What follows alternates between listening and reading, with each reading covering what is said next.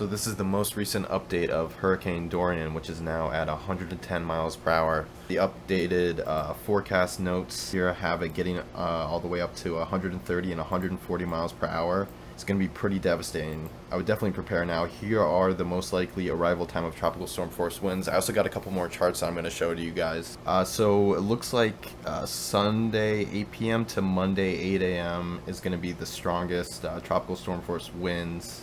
Actually, not the strongest winds, just tropical storm force winds. And it looks like they're predicting a sort of upwards movement into Florida. But I was looking at the spaghetti models here.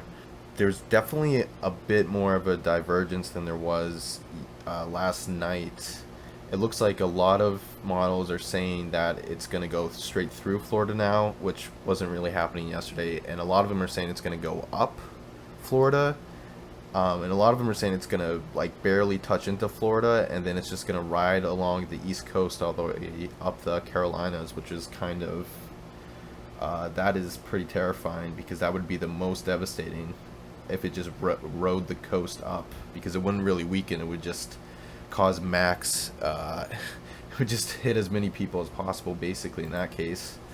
Right here we have the hurricane intensity chart. And this is predicting on a time scale what category it'll get to. This is actually a little bit of good news here. Yesterday we had some going into category 5 even, but it seems like now the models are a lot more leveled out. So more models are saying category 3, but there's only a handful that are saying it's going to get to category 4, and only for like a day or two at the most. Although it could still be bad because impact is happening by Monday, or like early Monday, or maybe even into Tuesday if it slows down more. Let's read a little bit more of the forecast discussion here. So consequentially, the NHC forecast calls for additional intensification, and Dorian is expected to become an extremely dangerous hurricane soon, with additional strengthening likely as it heads for the northwest Bahamas and the Florida Peninsula. Yeah, so they're saying, I mean, it's going to intensify. In 24 hours from now, it's going to be 125. Category 5 is 150 miles per hour, so it looks like we're probably not going to get there, but I mean, whether it's a 140 or 150, it's still pretty devastating. So, okay, let's see here. This increases the uncertainty in the track forecast during the 4 to 5 day period, and also will lead to a prolonged duration of wind, storm surge, and rainfall. Yeah, that's the other thing. So it's Friday right now, so it's projected a landfall 3 or so days from now. So that's a lot of time actually in hurricane, in hurricane talk, right? But these models can change. I mean, literally every day. It could change completely different. It could go south of Florida. It could go land in North Carolina. Like, we just don't really know.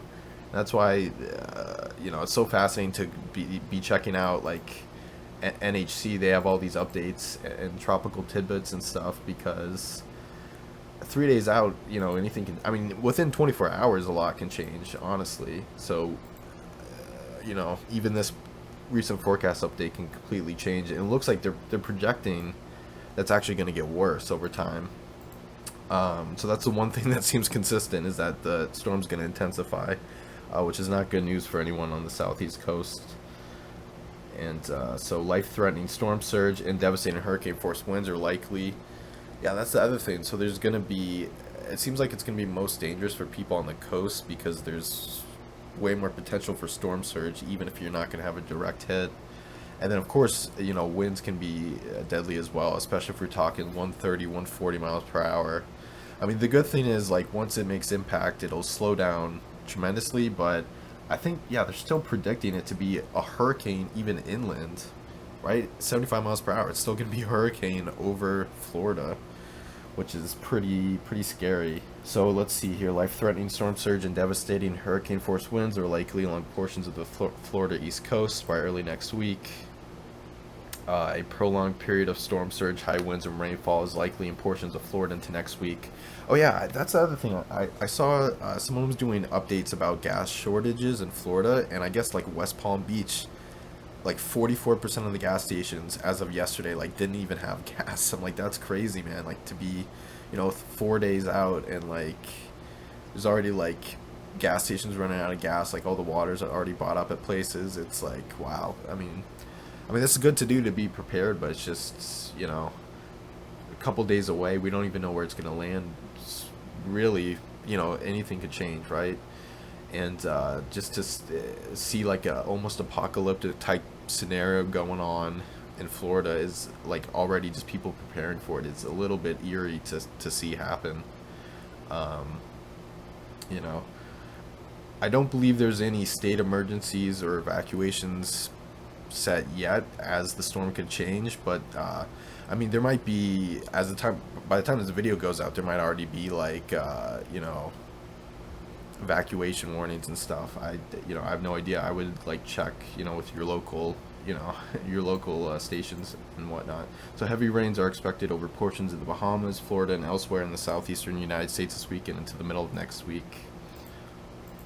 Yeah, definitely fascinating what's going on.